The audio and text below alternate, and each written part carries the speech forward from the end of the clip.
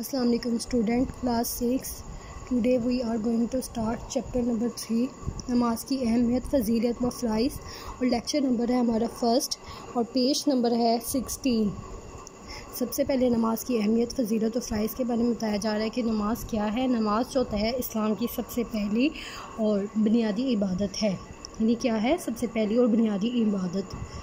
दीन इस्लाम में उससे बड़ी अहमियत हासिल है। क़यामत के दिन बंदे से जो पहला सवाल पूछा जाएगा वो नमाज के बारे में होगा। अल्लाह ताला का इरशाद है, तर्जुमा, बेशक नमाज मोमिनों पर वक्त की पाबंदी के साथ फ़र्ज़ की गई है। यानी वक्त की पाबंदी क्या होती है? यानी जिस वक्त पर जो फजर की नमाज़ कैसे पढ़नी चाहिए, यानी तुलुए आफ्ताब से पहले जो है उसका टाइम होता है, यानी वक्त पर जो है उसे अदा करना चाहिए। इस आयत मुबारक से दो बातों का पता चलता है कि नमाज एक फ़र्ज़ इबादत है और उसे वक्त की पाबंदी के साथ अदा करना चाहिए। कुरान मजीद में नमाज के लिए सलात का लफ्ज़ इस्तेमाल हुआ है। यानी किस चीज़ का लफ्ज़ इस्तेमाल हुआ है? नमाज के लिए सलात का लफ्ज़, जिसके मायने है दुआ और रहमत। सलात से मुराद वो मखसूस इबादत है जो दिन रात में 5 वक्त मुकर्रर आदाब और मखसूस तरीके के मुताबिक अदा की जाती है, जो तस्बीह, दुआ, क़याम, रुकू और सजदा वगैरह पर मुश्तमिल होती है। नमाज के ज़रिए इंसान अल्लाह ताला को अदब व एहतराम के साथ याद करता है, इससे दुआ मांगता है और उसका शुक्रिया अदा करता है। यानी इस पैराग्राफ में हमें क्या बताया गया है कि नमाज जो है एक फ़र्ज़ इबादत है, उसे वक्त की पाबंदी के साथ अदा करना चाहिए। उस नमाज के लिए वर्ड कौन सा यूज़ हुआ है? कुरान पाक में सलात का वर्ड, जिसके मानी दुआ और रहमत की है। यानी ये सारी डिटेल जो थी हम नमाज के बारे में मुख्तसर से जो है रीड की है। और नेक्स्ट टॉपिक है हमारा नमाज की अहमियत। नमाज की अहमियत में क्या बताया गया है?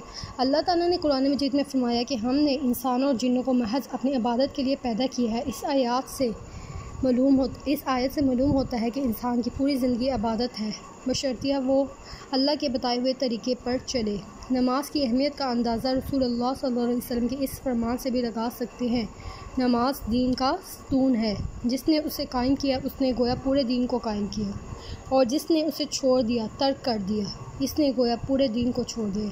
यानी नमाज को दीन का स्तून कहा गया है और नमाज आंखों की भी ठंडक है। और इसके अलावा जिसने उसे कायम किया तो उसने पूरे दीन को कायम किया, और जिसने उसे छोड़ा तो उसने पूरे दीन को ही छोड़ दिया।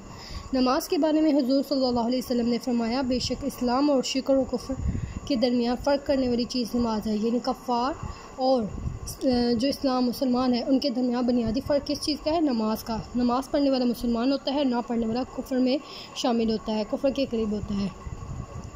और नमाज ना पढ़ने वाला जो है वो उससे जो है अहले जहन्नम, जब अहले जहन्नम से पूछा जाएगा कि कौन सी बात, आगे है पेज नंबर 17, कौन सी बात तुम्हें जहन्नुम में डाले जाने का बायस बनी, तो वो जवाब देगा कि हम नमाज नहीं पढ़ते थे। यानी जो बेसिक जो है मुसलमान और कफ़ार के दरमियान फ़र्क क्या है? नमाज का। यानी कफ़ार जो है वो नमाज नहीं पढ़ते, इसलिए वो जहन्नुम में डाले जाएंगे। अल्लाह ताला ने अपने बंदों को बेहिसाब इनाम व कराम से नवाजा है। अपने मालिक व खालिक की अनगिनत नेमतों का शुक्र बजा लाने का बेहतरीन तरीका यह है कि हम दिन में 5 वक्त नमाज अदा करें। नमाज पढ़ने से हमारे दिल पर अल्लाह की अज़मत व कुदरत और जलाल का रौब तारी होगा, और हम हर अच्छे काम करेंगे और बुरे कामों से हमेशा परहेज़ करेंगे। यानी नमाज क्या करती है? हमें बेहयाई, बुरे कामों से रोकती है, और अल्लाह की याद तो बहुत बड़ी चीज़ है। यानी जब भी हम कोई बुरा काम करने लगते हैं तो हमें याद आता है कि हमने थोड़ी देर पहले क्या काम किया था, नमाज़ पढ़ी है, तो यानी हमें अल्लाह ताला की याद आ जाती है।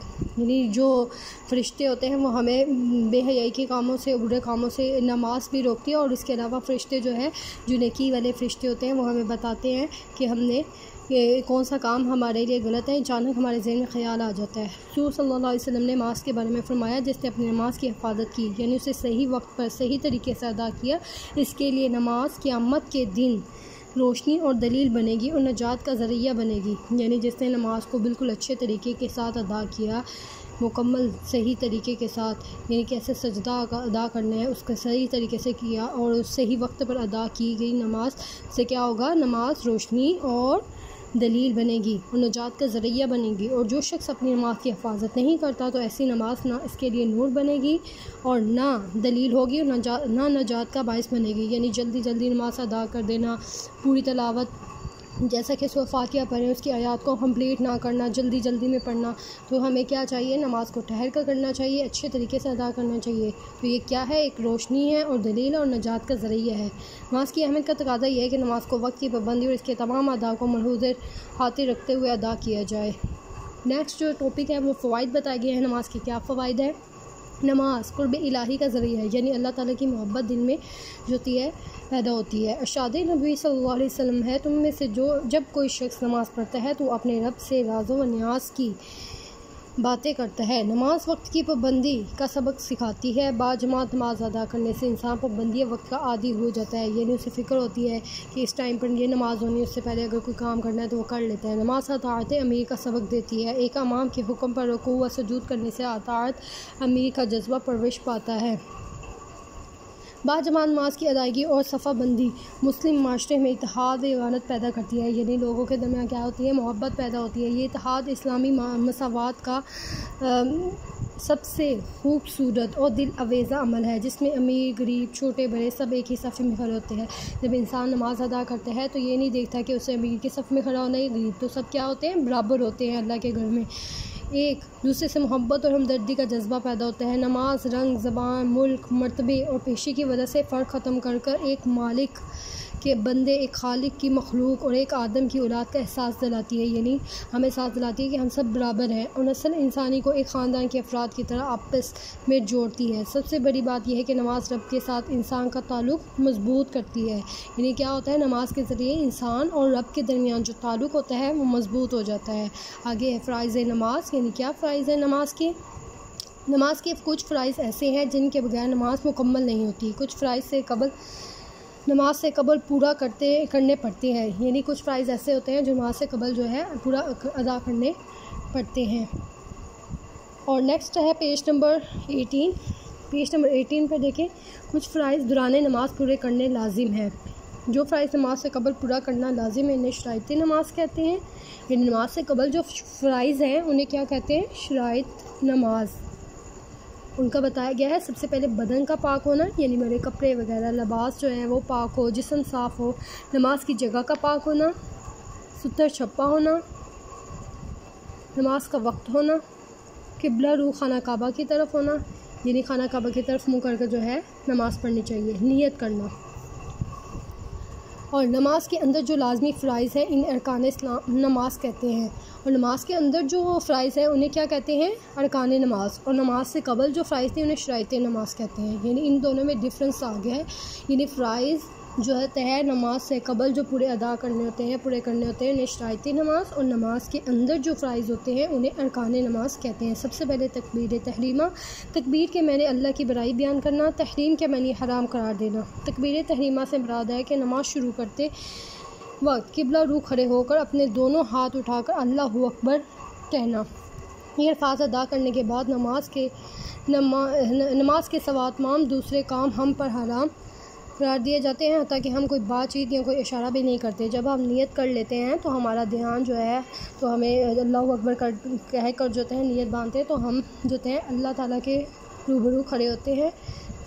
तो हमें क्या चाहिए, किस दौरान हमें किसी से कोई बातचीत भी नहीं कर सकते, कोई इशारा भी नहीं कर सकते। हमारा मुकम्मल ध्यान जो है नमाज की तरफ होना चाहिए। क़याम अरबी ज़बान का लफ्ज़ है और उसके मायने है सीधा खड़ा होना, यानी सीधा खड़े होने को क्या कहते हैं, क़याम कहते हैं। और क़याम किस ज़बान का लफ्ज़ है, अरबी ज़बान का लफ्ज़। ज़रूरी है कि नमाज खड़े होकर अदा की जाए। क़याम नमाज का लाजमी जुज़ है। अगर कोई बीमार या मजदूर हो तो वो बैठ कर, लेट कर और इशारे से भी नमाज पढ़ सकता है। नेक्स्ट है क़रात। नमाज के अंदर क़याम की हालत में कुरान का कुछ हिस्सा पढ़ना क़रात कहलाता है, यानी सीधे खड़े होकर जो है हम कुरान वगैरह की तिलावत करते हैं, कुछ हिस्सा पढ़ते हैं, तो क़रात कहलाता है। रुकू का मायने है झुकना, यानी नमाज में क़याम के बाद, यानी क़रात करने के बाद तो तमाम दूसरी चीज़ें करने के बाद नमाजी अल्लाहु अकबर कहते हुए अल्लाह की बड़ाई बयान करता है और वो अल्लाह के आगे आजिज़ी से झुक जाता है। दोनों हाथ अपने घुटनों पर जमा कर इन्हें पकड़ लेता है। सर, गर्दन, कमर एक सीध में ज़मीन के मतवाज़ी होते हैं और ज़बान से सुभान रब्बी अल अज़ीम कहकर अल्लाह की पाकी और अज़मत का इकरार करते हैं। रुकू क्या है, सबसे पहले मायने बताया गया है कि रुकू के मायने होते हैं झुकना, यानी नमाज में क़याम के बाद जो है रुकू होता है और इसमें अल्लाह ताला की पाकी और अज़मत का इकरार किया जाता है। नेक्स्ट है टॉपिक हमारा सजदा। सजदे का मतलब है अल्लाह के आगे अपनी पेशानी, नाक, दोनों हाथ, दोनों घुटने और दोनों पाँव ज़मीन पर रखना। ये नमाज का एक अहम रुकन है। सजदे में नमाजी सुभान रब्बियल आला कहकर अपनी आजिज़ी और अपने रब की बड़ाई का इजहार करता है। यानी सजदे में कौन सी पढ़नी चाहिए, कौन सी तस्बीह होती है, सुभान रब्बियल आला, और रुकू में सुभान रब्बियल अज़ीम। यानी इसमें क्या करता है, अल्लाह ताला के आगे इंसान जो है अपनी आजिज़ी और अपने रब की बड़ाई का इजहार करता है। नेक्स्ट है पेज नंबर 19। पेज नंबर 19 पर है कायदा व तशहुद। नमाज में दूसरी रकत और आखिरी रकत में सजदे के बाद बैठने को कायदा कहते हैं।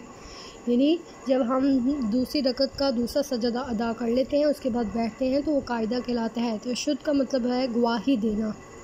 तो क्या मतलब है तशहुद का, गवाही देना।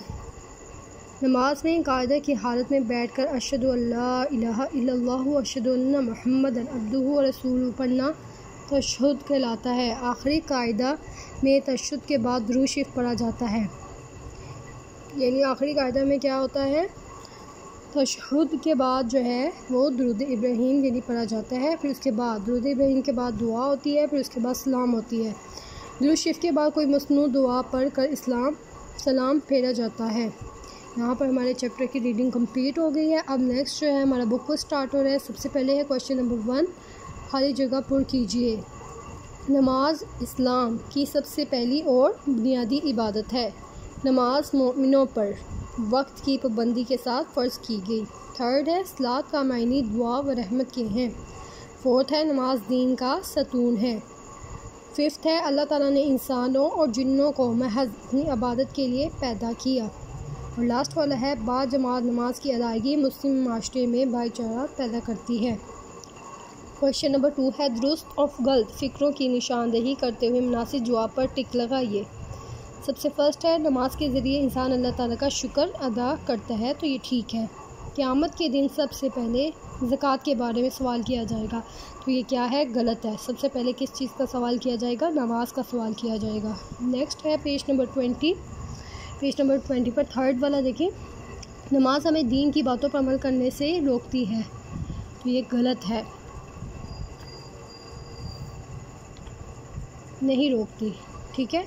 आगे है फोर्थ वाला, इस्लामी मसवात का सबसे दिल अवेज़ा अमल नमाज है, तो ये भी ठीक है। तकबीर के मायने है अल्लाह ताला की सफ़ात बयान करना, तो तकबीर का मायने क्या है, अल्लाह ताला की बुराई बयान करना, ये गलत है। लास्ट वाला है सजदे में नमाजी सुभान रब्बियल अज़ीम कहकर अल्लाह की पाकी और अज़मत का इकरार करते हैं। सजदे में एक्चुअली कौन सी होती है तस्बीह, सुभान रब्बियल आला, तो ये भी क्या है, गलत है।